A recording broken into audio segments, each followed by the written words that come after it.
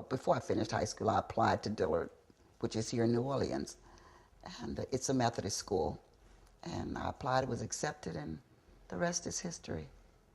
I went there 4 years, got my Bachelor of Science degree in nursing. And from there, I went to LSU and got my master's. But before that, when I finished, I met a man. Somehow or another, we gravitated toward each other.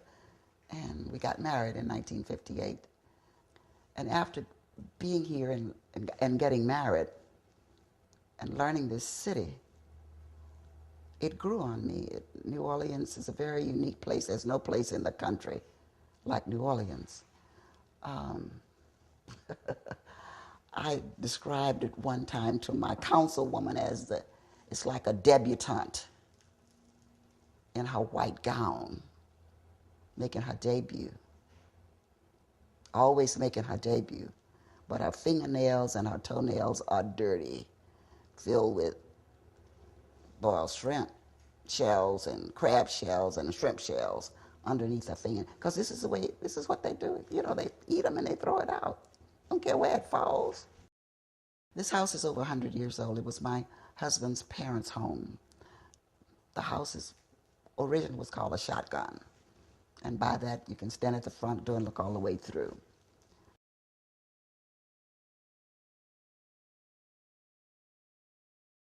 I took one pair of pajamas and 2 pantsuits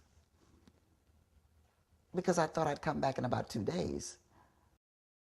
When I first drove up and I saw this writing on my house, I'm like, what is the writing for? And that's when my son explained to me. Every house in this city was checked. And when they checked them, they wrote on there what they found, whether it was a body, the date they came in, whether it was a dog or a cat, whatever. When I opened the door and I saw this, everything was turned upside down. I did not know refrigerators could float. My refrigerator was lying on its side, my washing machine and my dryer. My microwave was nowhere to be found.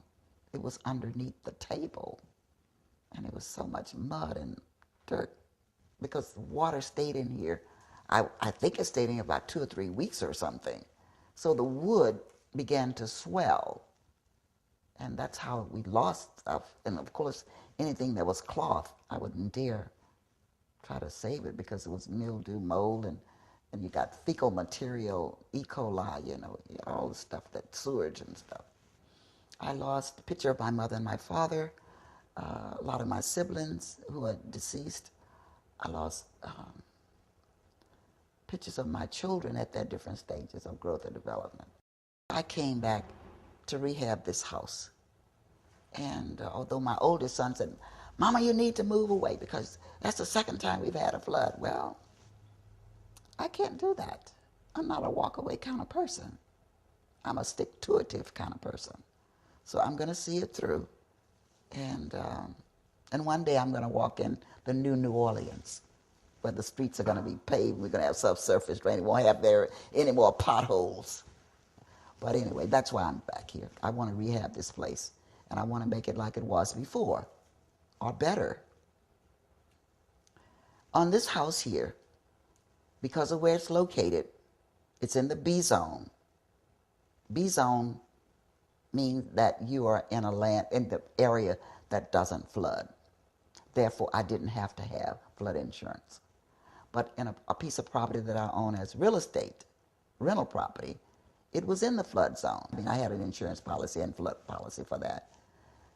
That paid off, and that's how I got this started. When that insurance policy paid off, it wasn't very much, but it gave me a running start. So that's how I began to coming in, do the studs and the sheetrock in here. $2,000. Now, I had homeowners insurance on this, but according to the adjuster, the water that came in here was flood water. It didn't cover flood. If it had been a fire, I would have gotten it. But flood, no. Now, how did I get to $2,000? Because one of the slates or shingles off the top of the house blew off during the storm. And some water got in, so they say.